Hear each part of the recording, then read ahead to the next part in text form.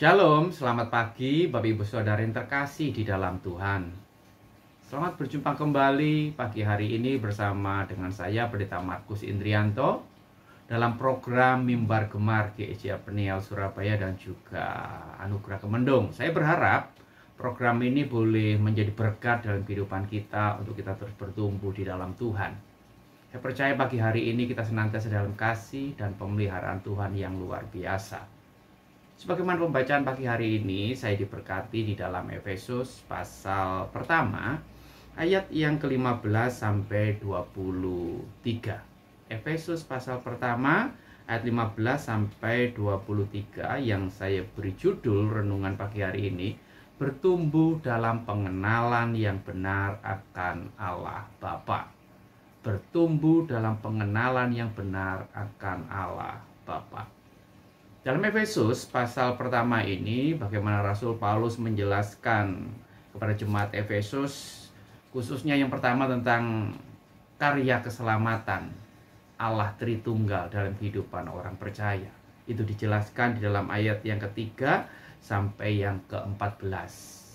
Yang begitu dahsyat luar biasa, bagaimana karya keselamatan Allah Tritunggal bagi orang percaya. Sehingga kemudian di ayat 15 diawali dengan kata, karena itu setelah aku mendengar tentang imanmu dalam Tuhan Yesus dan tentang kasihmu terhadap semua orang kudus, aku pun tidak berhenti mengucap syukur karena kamu, dan aku selalu mengingat kamu dalam doaku. Bapak Ibu Saudara kekasih,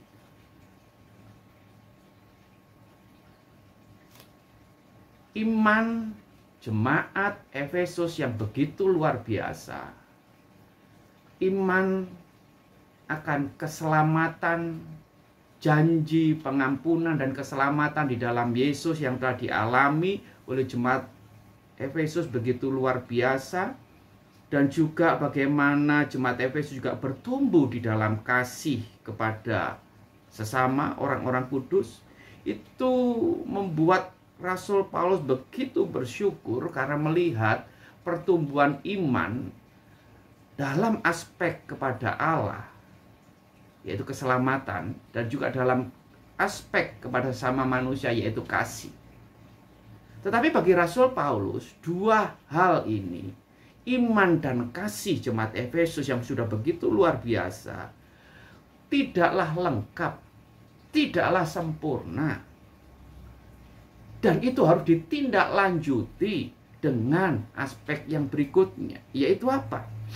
Di dalam ayat 16, 17 dan seterusnya, Rasul berkata, aku tidak berhenti bersyukur dan selalu mengingat kamu dalam doaku, dan meminta kepada Allah Tuhan kita Yesus Kristus, yaitu Bapa yang mulia itu, supaya Ia memberikan kepadamu roh hikmat dan wahyu untuk mengenal Dia dengan benar.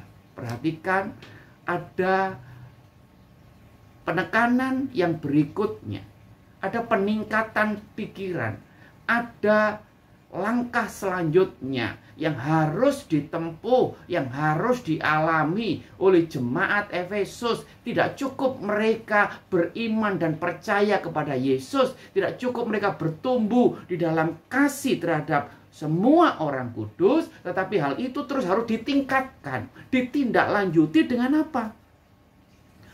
Jemaat Efesus harus bertumbuh dalam pengenalan yang benar akan Dia, akan Allah Bapa Tuhan kita Yesus Kristus. Karena sesungguhnya kekristenan itu berbicara masalah pengenalan akan Allah Bapa. Ayat yang sejajar juga Bapak Ibu Saudara bisa melihat di dalam Filipi pasal yang ketiga disinggung di sana. Nah, oleh sebab itu Bapak Ibu Saudara, ada beberapa hal yang menjadi penekanan supaya kita bertumbuh dalam pengenalan yang benar akan Allah Bapa. Rasul Paulus mengharapkan, Rasul Paulus mendoakan supaya kita mengerti pertama tentang pengharapan yang terkandung di dalam Kristus. Ayat 18, perhatikan. Dan supaya ia menjadikan mata hatimu terang, agar kamu mengerti pengharapan apa yang terkandung dalam panggilannya. Betapa kayanya kemuliaan bagian yang ditentukan bagi orang-orang kudus. Perhatikan frase, dan supaya ia menjadikan mata hatimu terang. Nah, ini penting. Bagaimana Allah menjadikan mata hati kita terang supaya akhirnya kita mengerti pengharapan yang terkandung di dalam Kristus. Ini penting. Betapa pentingnya orang-orang percaya yang sudah diselamatkan, yang sudah beriman kepada Yesus, yang sudah menerapkan bertumbuh dalam kasih kepada sesama, tapi juga harus mengerti pengharapan yang terkandung dalam Kristus. Pengharapan akan apa? Dijelaskan itu. Pengharapan yang terkandung dalam panggilannya. Betapa kaya kemuliaan bagiannya ditentukan bagi orang-orang kudus. Apa itu? Yaitu keselamatan. Coba kita bandingkan di dalam 1 Petrus pasal yang pertama. 1 Petrus pasal pertama ayat yang ketiga sampai yang kelima. Saya bacakan di sana. Terpujilah Allah dan Bapa Tuhan kita Yesus Kristus, yang karena rahmat-Nya yang besar telah melahirkan kita kembali oleh kebangkitan Yesus Kristus dari antara orang mati kepada suatu hidup yang penuh pengharapan. Perhatikan, ada kata pengharapan. Dan kita harus mengerti, kita harus mengenal pengharapan yang terkandung dalam panggilan Kristus itu begitu luar biasa. Yaitu apa? Dijelaskan.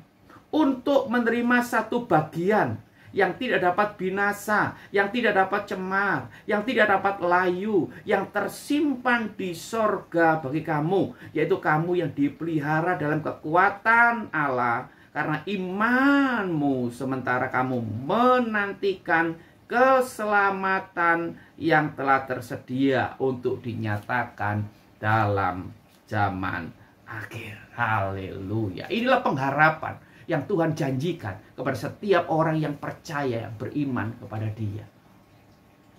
Pengharapan akan apa? Akan keselamatan. Akan bagian yang tidak dapat binasa, yang tidak dapat cemar, yang tidak dapat layu, yang tersimpan di sorga bagi kamu. Ini pengharapan yang luar biasa, yang tidak ternilai harganya. Pengharapan yang tidak bisa diberikan dunia kepada kita. Pengharapan ini hanya bisa kita dapat di dalam Yesus Kristus Tuhan. Pengharapan akan keselamatan, akan pengampunan dosa, akan penebusan, akan pembenaran.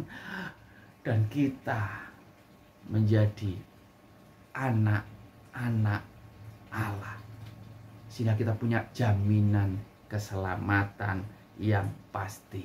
Itulah kekayaan yang luar biasa yang Allah Bapa berikan di dalam Yesus Kristus bagi setiap kita. Tuhan Yesus pernah berbicara dalam Matius pasal 16 ayat 26. Apa artinya jika kita memiliki dunia dengan segala isinya, jika kita binasa? Sekalipun kita memiliki harta benda kekayaan dunia ini seluruhnya, tapi kalau kita tidak diselamatkan, firman Tuhan katakan tidak ada artinya. Dan saya balik, kalau kita memiliki keselamatan di dalam Yesus, itulah harta yang terindah, harta yang paling berharga, melebihi apapun yang ada di dunia ini. Dan itu dinyatakan kekayaan Allah yang luar biasa. Kekayaan kemuliaan yang disediakan bagi setiap orang yang percaya. Yang kedua, bertumbuh dalam pengenalan yang benar akan Allah Bapa, supaya kita mengerti apa? Bukan hanya pengharapan yang terkandung di dalam Kristus, tetapi mengerti betapa hebat kuasanya. luar biasa. Betapa hebat kuasanya. Ayat 19 perhatikan. Dan betapa hebat kuasanya bagi kita yang percaya sesuai dengan kekuatan kuasanya yang dikerjakan di dalam Kristus dengan membangkitkan dia dari antara orang mati dan mendudukkan dia di sebelah kanannya di sorga. Aspek yang kedua yang perlu kita sungguh-sungguh alami, bertumbuh dalam pengenalan akan dia, yaitu mengerti ada jaminan kekuatan kuasa Allah yang luar biasa bagi Bapak Ibu Saudara dan saya yang percaya dalam namanya. Dan kuasa itu dijelaskan, kuasa Allah Bapa yang dahsyat itu telah membangkitkan Kristus dari antara orang mati. Tidak berhenti sampai di situ. Kuasa Allah Bapa juga yang mendudukkan dia di sebelah kanannya. Dan kuasa yang sama itu juga yang menaklukkan segala sesuatu di bawah kaki Kristus. Dan kuasa yang sama itu yang mengangkat Yesus menjadi kepala atas jemaat. Bayangkan Bapak Ibu Saudara, ada jaminan kekuatan kuasa Allah yang memelihara kehidupan kita begitu dahsyat. Jadi kita tidak perlu takut, kita tidak perlu khawatir dengan apapun yang ada di dunia ini. Karena Efesus pasal 3:20 dikatakan kuasa Tuhan itu yang bekerja di dalam kita. Dan Efesus pasal 6 ayat 10 juga dinyatakan dalam konteks perlengkapan rohani. Ayat 10, akhirnya hendaklah kamu kuat di dalam Tuhan, di dalam kekuatan kuasanya. Haleluya. Bertumbuh dalam pengenalan akan Allah, bahwa ada jaminan pemeliharaan Allah yang luar biasa. Kekuatan kuasa Allah yang dahsyat, kekuatan kuasa Allah yang ajaib, kekuatan kuasa Allah yang luar biasa itu menjadi jaminan kehidupan Bapak Ibu Saudara dan saya. Yang ketiga, yaitu supaya kita mengerti ada jaminan kemuliaan yang ditentukan bagi setiap orang-orang percaya. 18 tadi saya ulangi bagian terakhir dinyatakan betapa kayanya kemuliaan bagian yang ditentukan bagi orang-orang kudus. Kemuliaan, glorification yang ditentukan bagi orang-orang kudus. Ibu Saudara kasih, kalaupun saat ini mungkin kita banyak mengalami penderitaan, pergumulan karena iman percaya kita, karena pengharapan kita, karena kesetiaan kita, karena pelayanan kita, karena pengiringan kita kepada Tuhan, jangan berkecil hati. Jangan sedih, jangan putus asa, bahkan jangan kecewa. Karena apa Bapak Ibu Saudara? Karena ada jaminan kemuliaan kekal yang Allah sediakan bagi setiap kita, orang-orang kudusnya, orang-orang yang setia sampai akhir, yang tetap bertahan di dalam iman percaya, tidak kecewa, tidak meninggalkan Tuhan, tidak undur, tetap setia. Sekalipun ada banyak penderitaan, pergumulan, aniaya yang kita alami karena nama Yesus, karena iman pengharapan kita, karena pelayanan kita, kita tidak pernah menyerah, kita tidak pernah putus asa, kita tidak pernah undur dari Tuhan, malah semakin bergiat, semakin setia, semakin bertekun, semakin hidup dalam ketaatan, hidup dalam kekudusan. Mengapa? Karena kita tahu ada janji kemuliaan yang Tuhan sediakan bagi setiap kita. Kita lihat dalam Roma 8 ayat 17. dan 18. Demikian saya bacakan. Dan jika kita adalah anak, maka kita juga adalah ahli waris.